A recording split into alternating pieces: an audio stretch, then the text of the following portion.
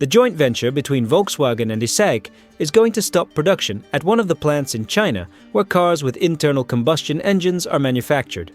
This was reported by Reuters, citing its own sources. The main candidate is the plant in Nanjing, where the Passat family is assembled. The reason given is overproduction against the backdrop of declining sales in the local market.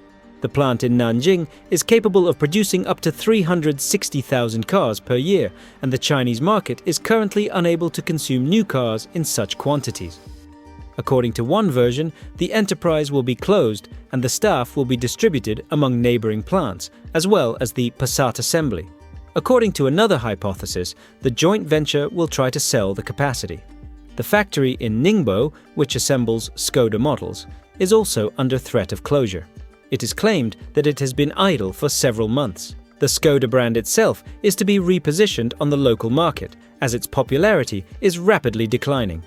Currently, Skoda cars account for about 1% of the overall SAIC VW sales structure, while in 2018 this figure was 17%.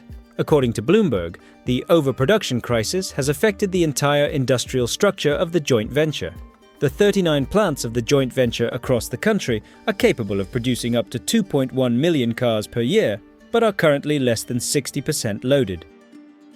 Volkswagen is also facing similar problems in its home country of Germany. Excess capacity against the backdrop of a market downturn has forced the concern's management to consider staff reductions and closing factories.